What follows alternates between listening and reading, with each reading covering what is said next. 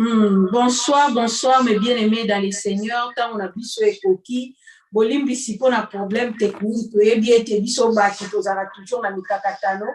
Tant on a biso et coquille, to pamboli nzambe po apesi biso sous privilège à recoutana na tango oyo, po to ebanako partager liloba na nzambe. To lobi ete émission na biso ezali liloba na nzambe, ezali partage ya liloba.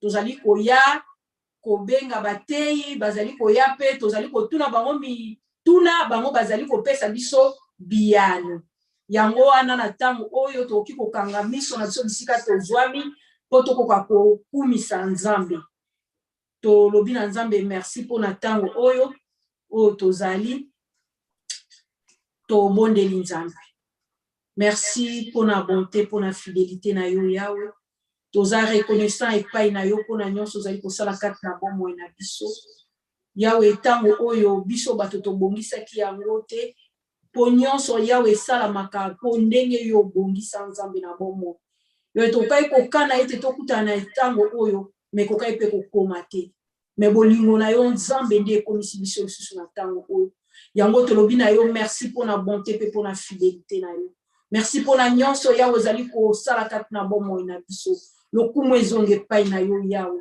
merci yawe mpona oyo nyonso ozali kosala kati na bomoi ya bandeko na ngai ntango oyo tobonzeli yango epai na yo totiki ete yawe yo oyo ezala na contrôle ya nyonso molimo mosantu ayeba na kokamba biso molimo mosantu ayeba na kotambwisa biso molimo mosantu ayeba na kotia maloba na ye kati na monoko na moteyi afin ke ayeba na kolobela biso de ta part yawe tobondeli yawe epai na yo yo oyokaka mabondeli mpo oyanolaka merci mpona oyo nyonso yawe ozali kosala kati na bomoi na biso tolobi na yo merci nzambe na bomoi yo tokozanga te kotombola kiti na yo ya bokonzi tokozanga te kokumisa yo mpo yo obongi na lokumu tokozanga te kopambola yo mpo yo obongi na lokumu nzambe na bomoi ntango oyo ezali ya yo renie ya maître yawe renie nzambe na bomoi renie likolo na nyonso zwa contrôle ya nyonso zala na contrôle ya bomoi na biso zala na contrôle ya bapense na biso zala na contrôle ya nyonso tokosala nzambe na bomoi na rekomande yawe moteyi na maboko na yo yo eba na kotondisa ye na maloba na yo yo eba na kotondisa ye nzambe na sagesse euti epai na yo olobi na biso oyo azali na bosenga ya bwanya asenga epai na yo yawe tika ete otondisa ye na maloba na yo kati na motema na ye akoka kolobela biso ezali kowuta epai na yo kolo afin ke ezala na kapasité ya kochange ya kotransforme bomoi na biso ntango yawe tobonzeli yo renie ya maître na kombo na yo yesu masiya de tout bon de amen amen bande kongai tozali lelo na annonçaki déjà lelo tozali na papa Ntoya azali pasteur ya afandi bongo na Lyon mbote mingi papa Ntoya na moni kuno zomona ngai mbote mama maji esengo ezali ya koyamba yo toyambi yo na kombo na Yesu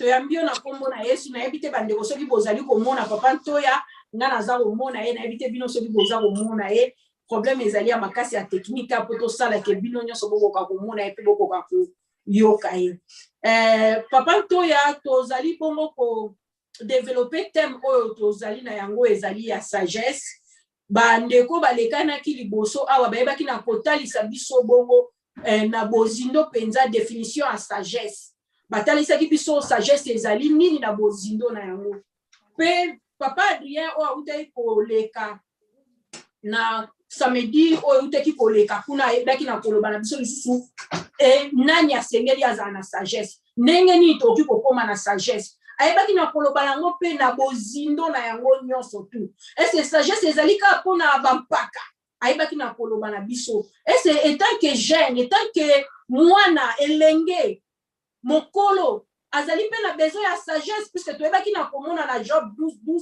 kuna bazali koloba na biso penza kotalisa ke tamusu motu ezalaki ke bapaka kaka nde mutu tamusu baku kozala na bwanya bango mutu bazali na yango mais toyebaki na komona ete sagesse esengami ezala epai na moto nyonso yango lelo tozali ko continuer papa tolingaki to continuer na yango mituna ezali ya ngai biyano nde ezali ya yo okota nango pena na bozindo bisika wapi na kozala su na besoin ke o développer na puis kotuna su mwa question moko ya moke po okota na bozindo. Nazomisi maloba epai na yo avant ke natuna yo question oyo po tobanda nayebi te soki ozali na liloba ya koloba na libota na Nzambe. Merci beaucoup Maman Maggie.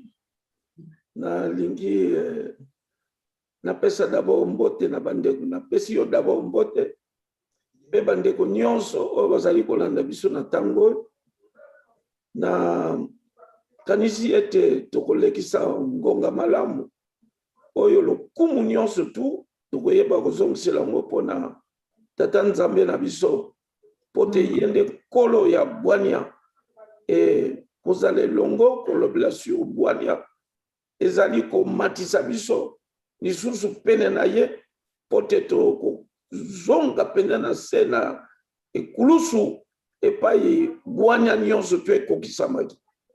En tout cas bandeko nyonso tu mbote na bino pe nkolo apambola bino bisika nyonso bozali. Amen. Wana to amen amen papa Ntoya wana toyoki mbote uti epai ya papa Ntoya kuna na Lyon. Papa Ntoya wana pona kobanda pona kowela tango tozali vraiment na besoin te mituna nyonso tozala ngo bosenga okoka ko répondre biso yango tozali kokende po tokoka na kozala na tango.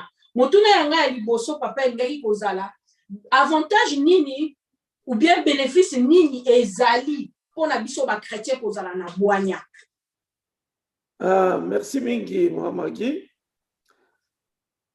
Toyebi ete Biblia elobi na biso na tina na sagesse soki to moni mokanda ya Masese Proverbe totangi na chapitre 5 verset 1 tina 2 Biblia elobi na biso boy babi mwana na ngai zala na bokebi na bwania tia matoi na yo na mayele pe po ete yokoka kobatela makanisi réflexion po te munoko na yo eyeba kobimisa kaka maloba ya bwania maloba ya boyebi pamba te sagesse au fait ezali na visée moko pratique pona ba Kristo po te yango ezali koede bango bayeba kotambola avec prudence pe na koyeba kozala na habileté wana ya koyeba kolonga na bomoi na biso. Donc na français tokoloba eza koede ye à se conduire avec prudence et habileté pour réussir dans la vie. Ndenge kaka soki totangi mokanda ya banzembo na mokanda ya liboso kuna baza kopesa toli pote na koyeba kotambola na bwania soki totali mokanda ya nzembo. Et soki to continuer na mokanda ya Masese na chapitre 4 verset 22 bazoloba tangu toza na bwania wana ezali pona bomoi na biso baoyi bazali kozwa yango ezali santé pona nzoto na bango. Otomoni ke ezala ba bénéfice ebele pamba te même na révélation eza koloba na biso te liloba na Nzambe pe yango nde ezali kozwa forme pe ya bwania ezali kopesa biso ba bénéfice ebele soki totangi na mokanda ya 1 Timothée chapitre 3 banana verset 16 tina 17 avantage bénéfice ezali ete balobi makomi nyonso ezali kowuta epai na Nzambe et yoka avantage nango babi ezali utile mpona koyeba kotalisa biso koenseigner biso non pas kaka koenseigner biso po te toyeba kotambola avec prudence na habileté mais mpona koconvaincre biso koyeba oyo ezali justice ezali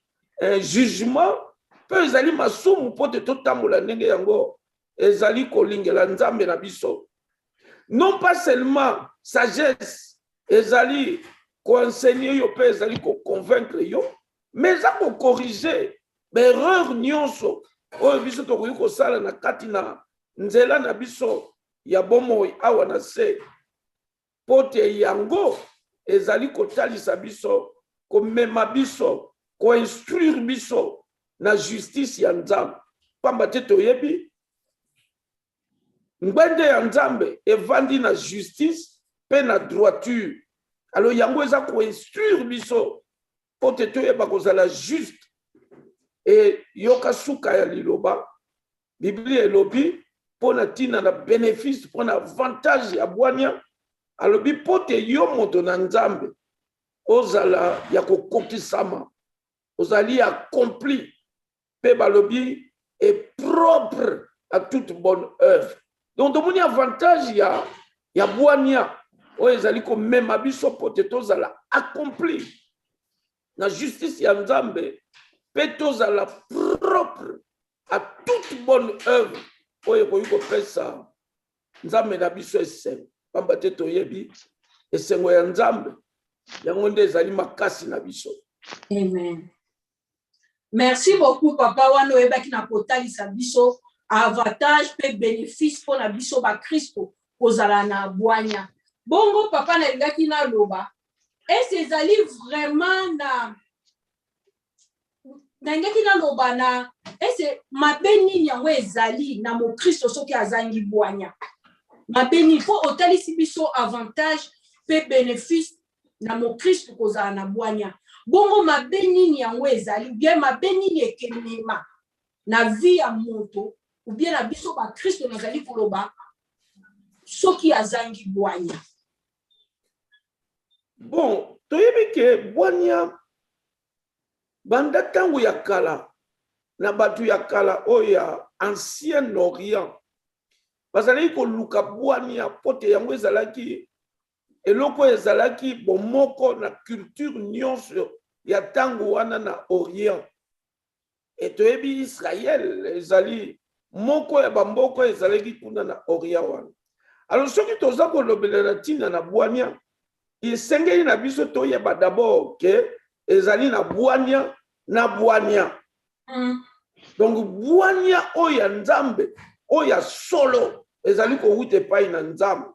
Amen. Bwania wana nde ezali ko sunga pote moto azala na motema oyo ezali capable ya koyeba ko discerner na lingala na yipenda te ko discerner pardon lobi ko discerner na lingala ngape na meki kaka ko sosola oyo ezali mabe na malamu ezali ya solo menge Biblia elobi soki totangi mokanda ya lelo tozakaka na proverbe masese soki totangi mokanda ya masese oyo na chapitre 21 verset 2 Biblia eza kolobela biso moto azomona ete banzela na ye nyonso ezali na sembo na miso na ye mais moto azali kopeze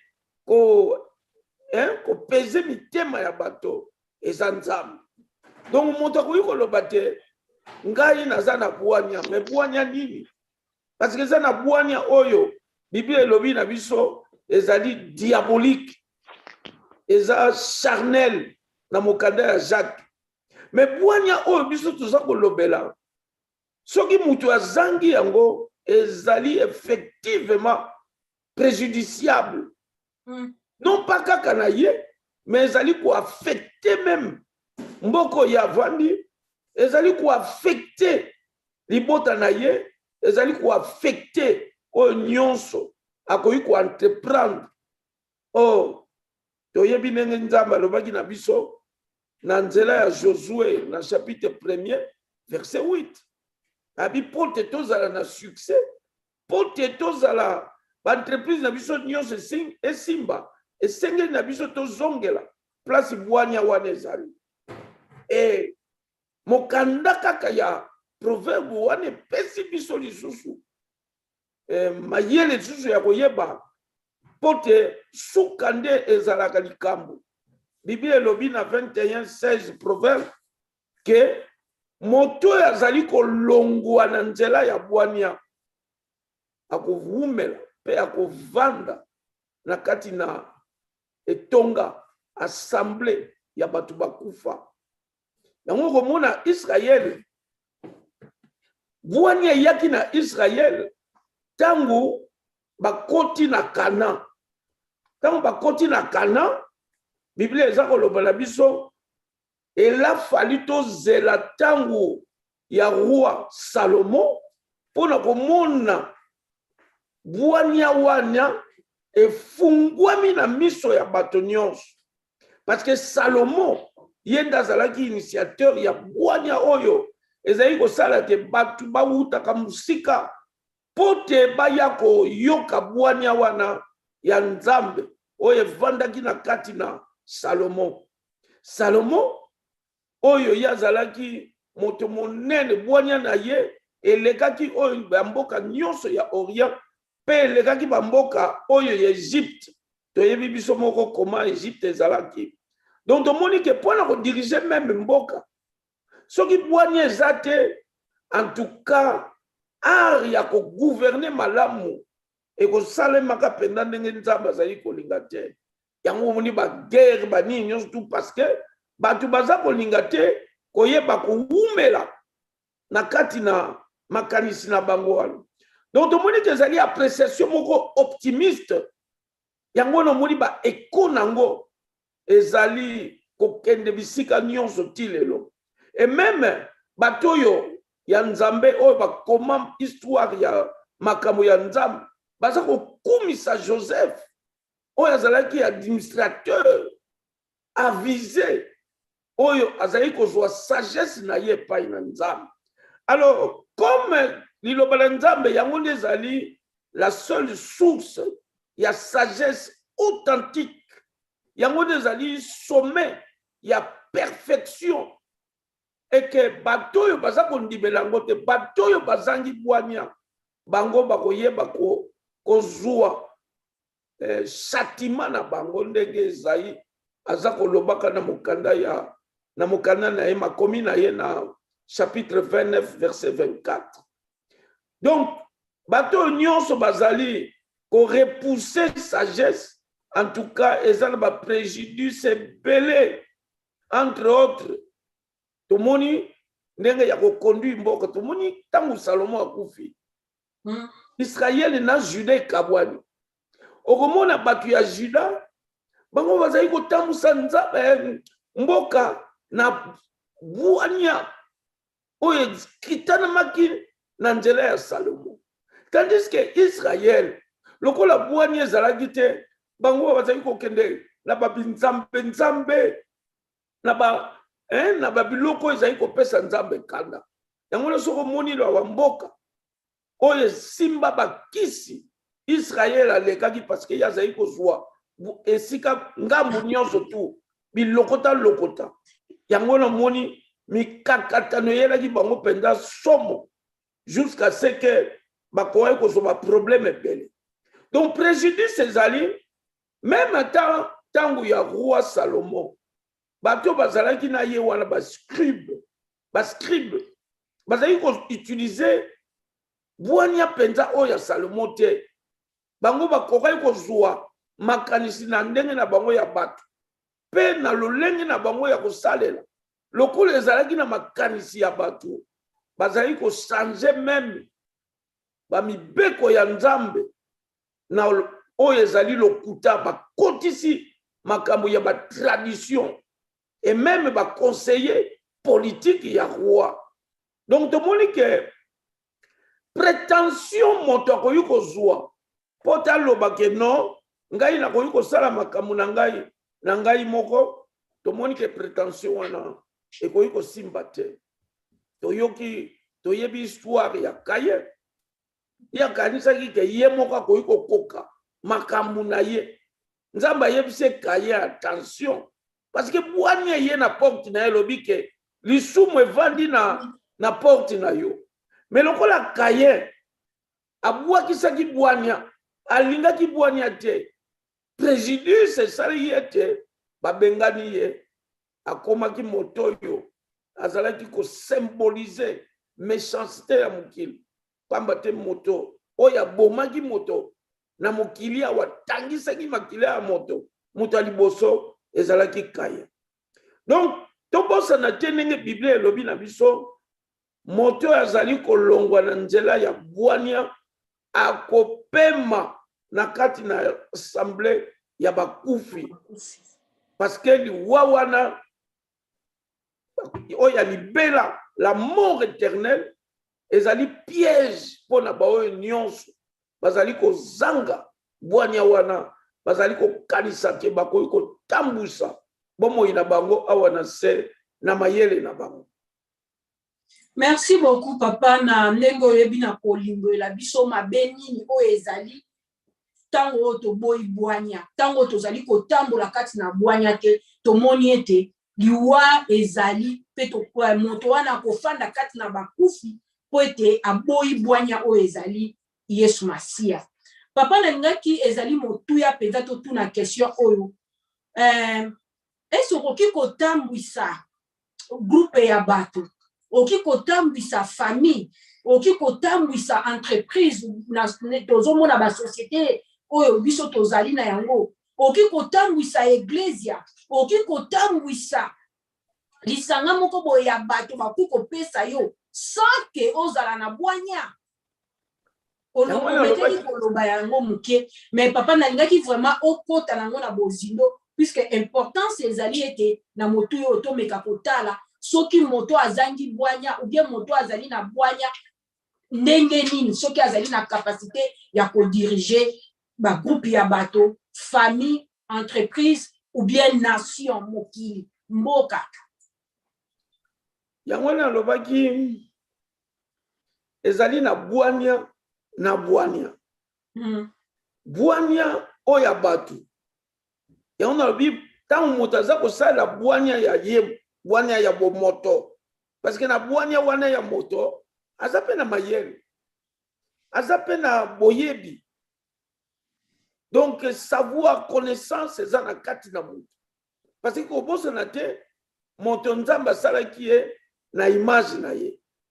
Tika sikoyo nzambe bibelo eza koloba na biso na Psaume 8 ke moto nzambe asalaki ye pene na ye, apesi ye makoki nyonso, apesi ye mayele, apesi ye oyo nyonso. Yango oza komona bato baza kosala biso ndenge tozosolola boye, yo oza na Londres nga naza na France, toza kosolola moto.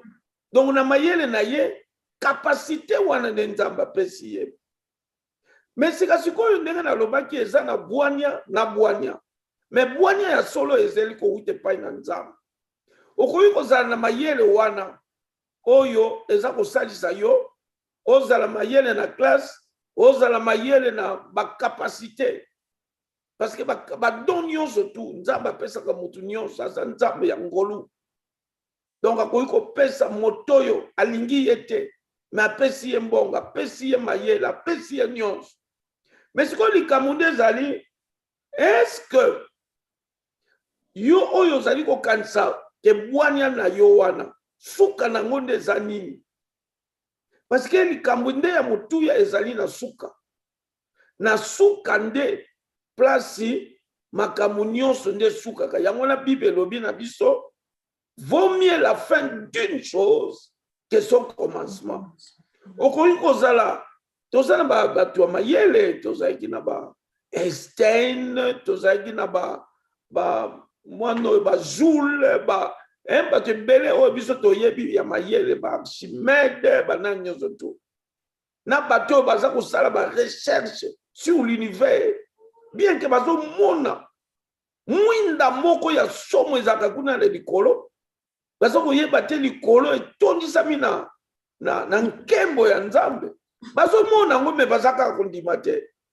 Donc wana tokoki koloba ke eza mayele nzambe apesi bango, me baza na miso oyo baza komona te. Senge na biso toyeba ke moto oyo asengeli kodirige groupe, entreprise, nini nyonso tu azosala yango na mayele na ye.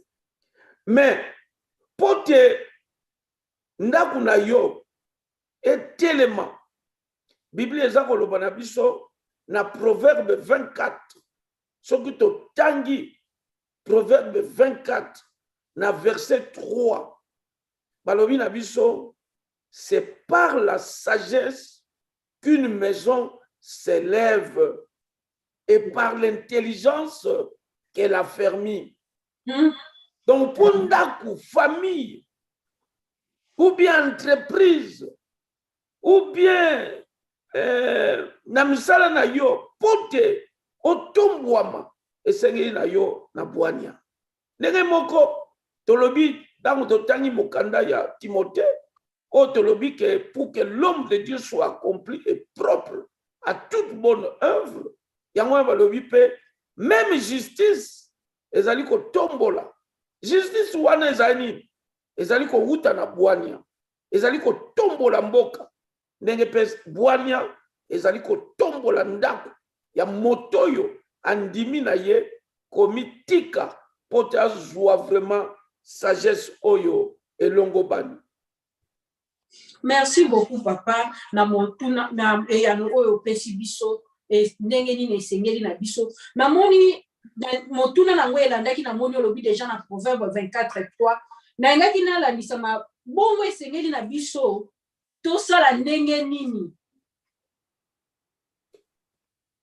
na biso tosala papa pona kozala na bwania oyo esengeli na biso d'abord tososola ndenge Biblia eza koloba na biso na mokanda ya Esaïe na chapitre 5 verset 21 elobi na biso mawa na baoyo bazali komimona bwania na miso na bango. Donc soki yo ozokokanisa koza na bwania o koza na bwania ya solo solo te en tout cas Bible elobi mawa malheur. Toyebi ke liloba Nzambe ndenge nalobaki yango ezali ndenge révélation eza kolakisa biso yango nde ezali bwania ya solo solo. Alors bwania yango eyaki na mokili awa bwania wana ekomaki moto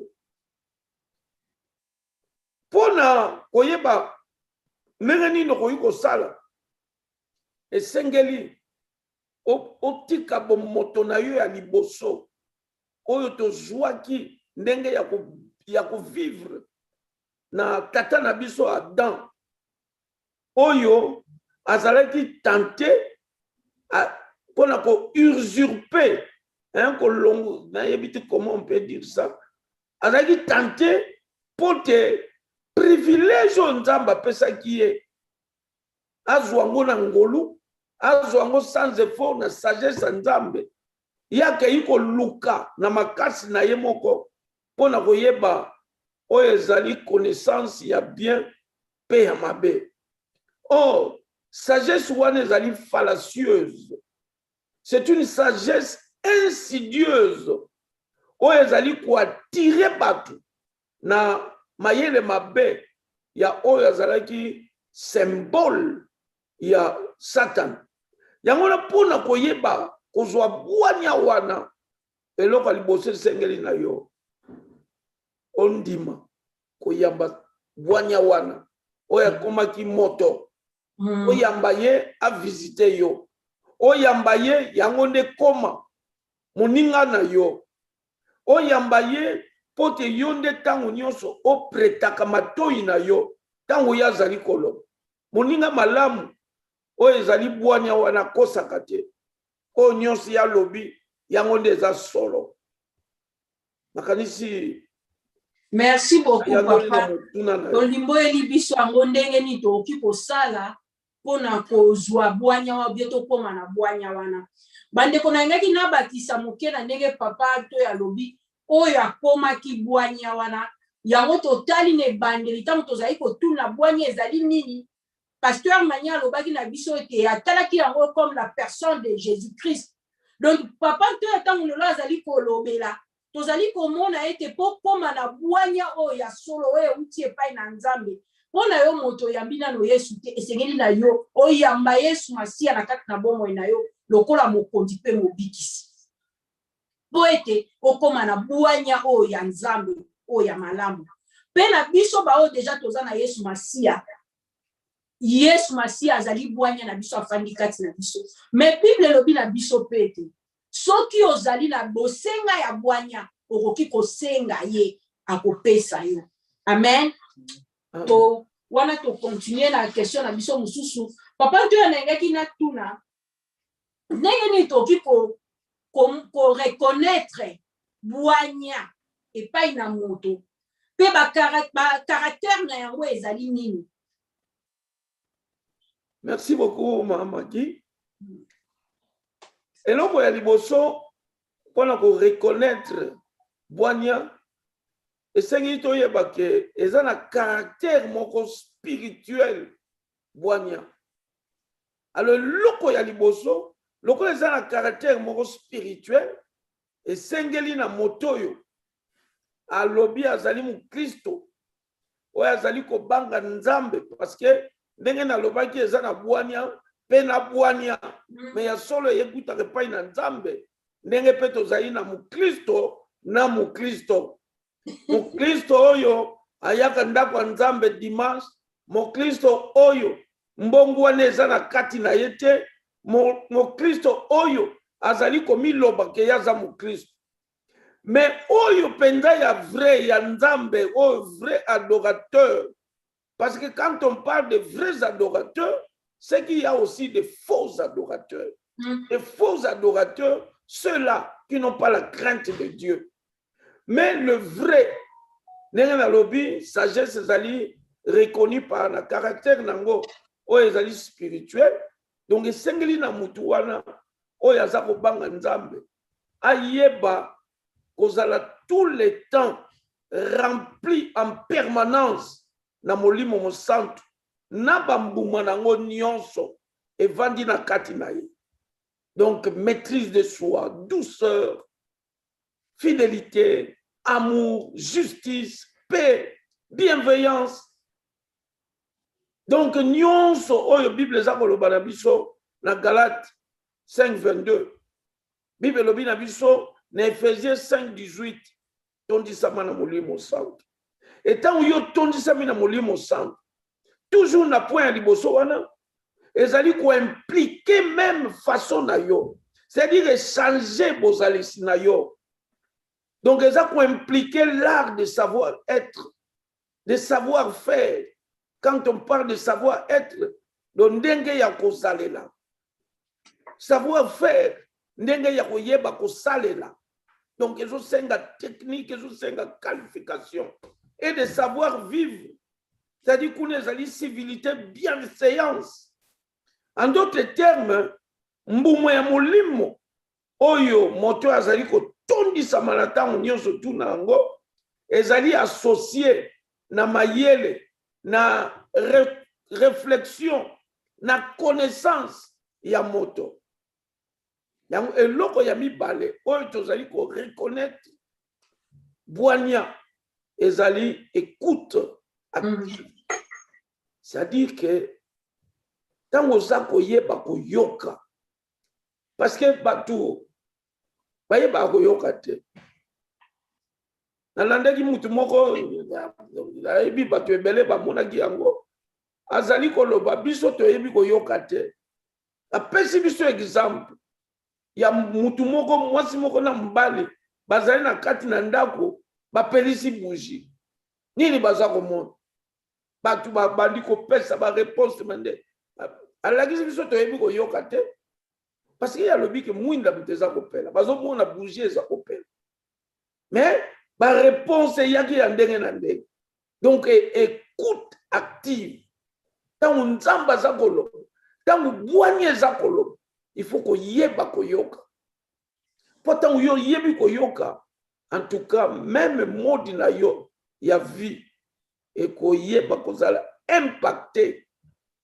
Ya misatu eza ko se reconnaître na culture nango o ezali appliquer culture personnelle na yo o ezali appliquer l'intelligence na yo na savoir na yo na connaissance na yo parce que liloba nzambe otolobi selon révélation ezali kolobati liloba nzambe yango nde ezali bwania bwania wana tolobi personnifié et comme moto yango nde sali o nyonso tozali komona na o tozali komona te o nyonso zali ko na se na mokili awa esala eloko moko te zali sans que yango ekoka kosala.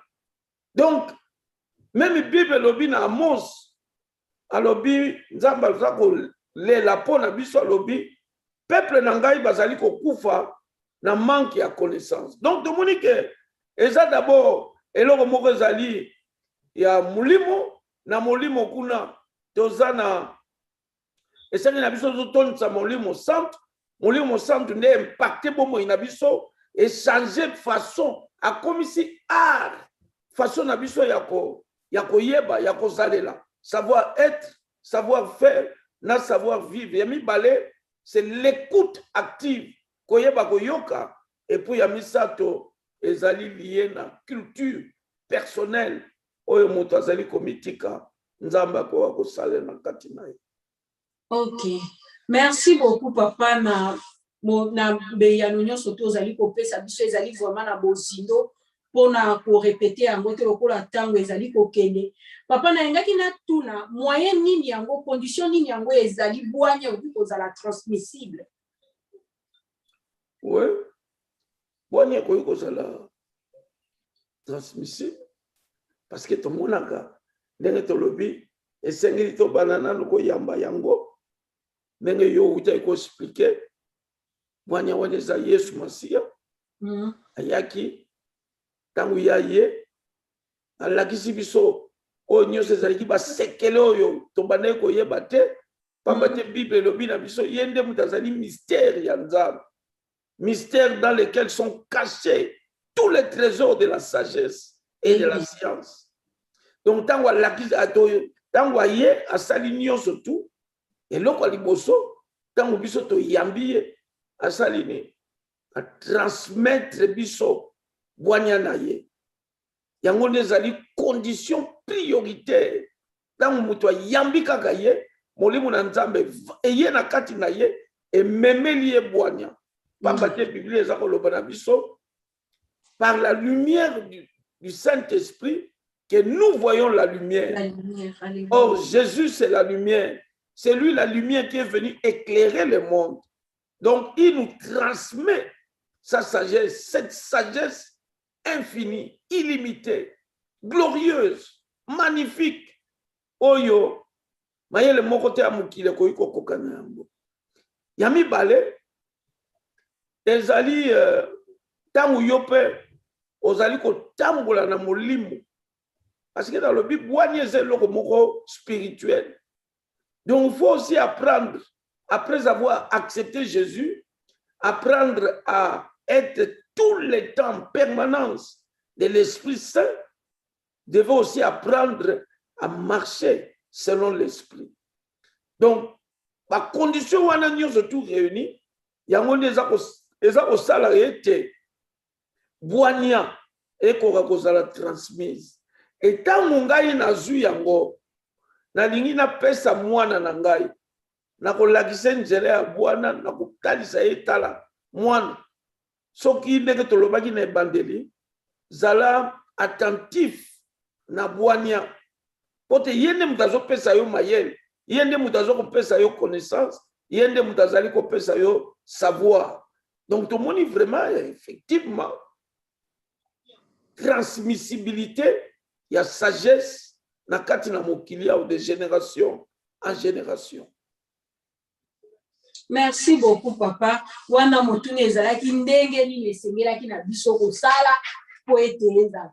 Bongo papa na ngai toyebi ete bwanya oyo ezali Yesu Masia. Mais sengeli na biso tosala pe nini etanke ba Kristu soki bwanya wana ezali komi monisa te. Bible lobi na biso ete oyo azangi asenga. Mais eloko nini esengeli na yo etanke mo Kristu puisque papa koloba pe na bosolo ete tomona etanke biso ba Kristu nde tozali kotambusama. Okomona penda na façon na biso ya kobika na molonenge na biso ya kolobela na ba atu topozaka na makambo ebele tosalaka okomona penza bwanya wana ezali komimonisa te po ete bwanya ezali Yesu tolobi me misala ya bwanya ezali komonisa kati na biso te. Merci Mahamaki. Ndenge nalobaki na liboso kuna na mokanda ya Timothée oyo Nzambe aza koloba na biso soki moto aza na posa ayeba kotambola na bwania. Nalobaki ke Timothée aza mokanda na Nzambe oyo ndeko Paul oyo azwaki révélation akomelaki ndeko Timothée. Alobi sengeli na ye amitika azala enseigner eza na batu mususu ba frère na ba sœur oyo bazali un peu baine na foi esengeli mutu nyonso oyo azali koluka bwania amitika ba enseigner ye etango baza ko enseigner yo pe il faut ozala enseignable. Parce que si vous êtes enseignable, musala nyonso bakosala e kozala mpunda kosanzaka te. Yango wana esengeli na biso koyeba ke pote ozala accompli. Ozala accompli pe ozala moto yo asengeli kosala o nyonso ezali ya malamu esengeli na ye amitika. Azala enseignable. Ensuite, amit yokaka. Ndenge na lobaki, faza na écoute moko active. Non pas seulement wana, esengeli na ye, akoka, kostika, o nyonso ezali masumu. Parce que bwanye linganaka te na masumu. Soki eza na eloko penda, oyo, Bible na koloba na biso, Dieu est tout puissant. Azali capable. Rien n'est impossible à Dieu. Bwanya mutalobi. Mais ça n'est loko nzamba kokakate. Soko lobi ne kaka nzamba sa lisumu. Awoye so mama gi côté wana pena na za faible. Donc place wana nde en tout cas place à rien n'est impossible longwe. La seule chose oye ko petisa. En tout cas nzambe akoka ko se glorifier oye ko yuko pegisa nzambe akoka ko se manifester te na kati na bomoi ya moto aza ko luka na ndenge na ye akoka kozwa bwanya ya nzambe ezali lisumu pe. Donc mitika zala enseignant mitika ba guide yo mitika batangisa yo liloba ya nzambe pe Kima masumu. Il faut avoir la haine du péché. C'est vrai, nous sommes tous des pécheurs, mais il se peut que. Parce qu'il n'y a que des péchés, oyo, nzamba limbisaka te zali, péché contre le Saint-Esprit. Refuser d'accepter Jésus-Christ comme Seigneur et Sauveur. Ensuite, ezala masumu oyo nzamba bengaka abomination. Ezala masumu oyo ya kindumba, pe ya binzambe nzambe. Kosambela babinzambe nzambe ndeza oyo nzamba bengaka masumu ya abomination. Mais les autres péchés ozamutu soki ozali sincère soko yamba Yesu Kristo soko ozali moto ya tondisami na bwania akomitika tango likame yelie na kati na kotambola na ye en tout cas sengi nzambe bolimbisi pe aboyi masumu wana libela. Yango na foko tanga kombo nango nguya nango esila pote lisumu wana kene mosika na yo. Voilà. Amen. En quelques mots, ndenge na koloba pona yango.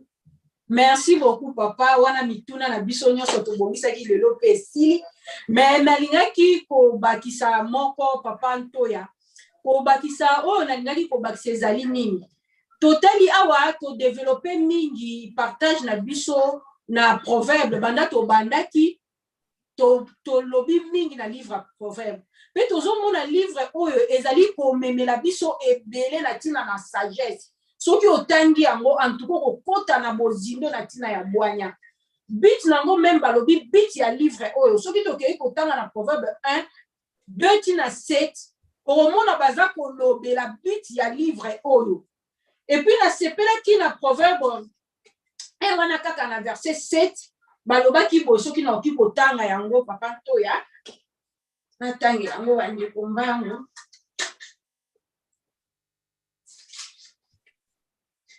Bakomi balobi reconnaître l'autorité du Seigneur et l'ABC de la sagesse.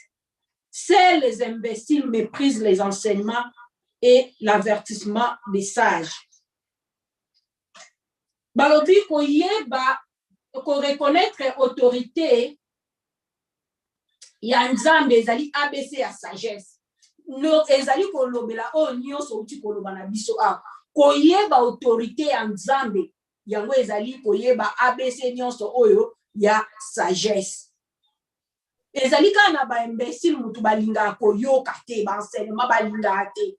Bande kona ngai na o nyonso tozwi banda to banda ki livre na biso ya proverbe to mekaki ko partager nango na tina na bwanya temo to baki na ko bende ezalaki bwanya tolobi na batei misato banda to ye tolobi définition ya sagesse tolobeli yango na bozindo penza lelo tomoni bénéfice na yango. En tout cas bandeko tozwi oyo tokokaki kozwa pona bwanya na ba partage na biso ba mikolo nyonso misato tokoki kozwa pena na bozindo nini oyo ezali bwanya eloko nini esengeli na biso tosala bwanya bénéfice na yango nyonso tu tokoki koyeba ndenge Bible elobi na biso ABC nyonso ya moke tokoki kozwa na ntina ya sagesse tokoki tomoni ke balakisi biso yango epai na batei soki bolingo wana ezali ya kokola kati na Yesu Masiya pe ya kobongola mitema na biso ya kozala transformé ya koluka koplaire na Nzambe kolinga ete tozala pe tomokolo Yesu Masiya kozonga esengeli na biso totia maloba oyo tozali koyoka na misala yango yambo ete tosukisa papa ntoya puisque lelo nde toyebaki na clôturer thème na biso ya sagesse na partage biblique na biso tozalaki na yango la mbalo ekoya nde tokoyeba si kodévelopper thème mosusu ndenge Nzambe akoguide biso mais yambo na biso ya kosilisa papa toza na 5 minutes totikali na yango posta ezali ete tobondela soki papa okoki kobondela mpona moto nyonso azali na besoin ya bwanya okoki kobondela na bato nyonso tu bayamba Yesu Masiya mais na kati na ye moko amoni ndenge atambwisaka bomoi na ye bwanya oyo emimonisama te yo moko ozali kotala obi ba décision mosusu nazwaka emonisamaka bwanya ya Nzambe emonisamaka te ndenge na ngai ya kofandela bwanya ya Nzambe emonisamaka te na kati na yo moko oyebi papa ntoya ese okoki kosunga bandeko wana tozali kokanga miso kobondela mpona bango po Bible ezali koloba na biso ete moto azangi bwanya asenga pe Bible elobi na biso on donne qu'à celui qui demande. Donc mutu oyo azali na yango posa ete bwanya ya Nzambe oyo ayamba Yesu premièrement tozobondela mpona bayo bayamba Yesu oyamba Yesu Masiya kati na bomoi na yo mais yo moko omiyebi omutalaka ndenge ozali kobika bwanya emimonisama kati na yo te alors ozali kobondela elongo na papa ntoya ozali kobondela mpona bandeko nyonso oyo tobondeli mpona biso Yahweh. Alléluia Jésus. Yo ndo oza papa na biso toza na esika mosusu akokende te parce que source ya bwanya ezali yo naye kotika bandeko na ngai nyonso oyo bayamba yo lokola mokonzi mpe mobikisi oyo bazali kotambola selon lumière oyo yo ozali kokommunike bango Seigneur yo continue eloko yo bandaki ya kolobaka na bango ba continue bango pe kozala obéissa na yo ba continue kozala na crainte na yo ba continue Nzambe ko poursuivre sanctification oza Nzambe oza mokonzi na biso yo nde moto sali nature ezali kotalisa biso koza n'importe qui te. Tu es le créateur, l'auteur. Seigneur Dieu, il y a foi na biso. Ozali consommateur, il y a foi ya bandeko yo. Batonzami na bwanya pe bazali lukayo butu pe moi. Pambola bango Nzambe. Sala ete bwanya na yo continue ti mokolo yo koya na koyeba ko guide bango na bondeli na bato nzambe balobi baza ba Kristo mais makambo musu bazali kosala neti bato bazanga bwania bazali na ka ya oyo nzambe makomi elobi mabe oyo ngana za kolinga kosala te kaka yango nde naza kosala aza kolinga sala malamu mais makambo kaka ya mabende ezali koyela yo nzambe yo ndoza nzambe ya oya kangolaka ntango ndeko Paul azali koloba mpona ntina na moto ya ndenge wana moto wana tuni nani akokangola ngai sene kangola ye tondisa na kati na ye makila na yo oyo et rachetaki biso de la vaine manière que nous avons hérité de nos parents, Seigneur. Akoma moto ya bwania vi na ye changer pamba te Seigneur kozanga bwania ezali nzela ya kufa e posa no ezali moto akufa te yango na nzambe Satana mabe na ye azali koluka tango nyonso pote bango batikala na situation oyo pote bayeba komona lumière na yo te na bondeli pona bato nyonso Seigneur bayoka yo bamona makambo yo salaka ba miracle ba prodige Seigneur na mokili oyo bwanya eza kobenga bango me bazali ko résister bazali ko mépriser bwanya Seigneur Dieu yo lokolo zali nzambe oyo izazaka na patience leka nzambe ko toucher ba oyo poni pamba te Bible elobi moto moko ta koyi koya liboso na yo soki yo bengi ete Seigneur nasengi nyonso na mawa na yo parce que yo ndo zali sikoli na biso mokonzi na biso pe mopesi bwania oyo biso tozali koluka pe oyo biso tozali kosenga ewumela na kati na biso nasengi boye na mawa na yo yo oyo pusa bolingo opusa mawa Seigneur Dieu na kombo ya mwana no Yesu Kristo oyo azali mokonzi pe mobikisi na biso oyo azali bwania na biso oyo ezalaka na erreur te bwania oyo ezali irréversible bwania oyo ezali komema biso epai na yo Yesu Masiya nde biso tobondeli mpe tolobi banso. Merci Seigneur Jésus-Christ. Merci Seigneur Jésus-Christ. Amen. Amen. Amen, amen, amen, amen. Merci beaucoup, papa. Toi, Nzamba pambola yo vraiment. Na ndenge baki na ko pambola biso na koko ya lelo. To zali vraiment na esengo ezali mbala liboso, mais ezali mbala suka te ya ko yamba o lisusu awa na UK. Malgré ozali mosika, mais tozali pembeni en esprit pe to mayelo ya bongo to esangisi biso tozali na capacité ya komona na pe ya kosuma. Nzamba pambola bandeko nyonso to oyo bazalaki na biso elongo oyo balandaka biso na YouTube oyo pe bakoki kokota na Zoom. En tout cas nzamba pambola mabota na biso bisika nyonso ezwami biso wana tokutani na bino lisusu na mokolo ya lobi na 14h30 pona culte na biso pe biso ngai na bino tokokutana su dans 2 semaines pona kokabola liloba na nzambe kimia na nzambe eza na mabota na bino na kombo na Yesu Masiya nde tobondeli boye. Amen. Amen.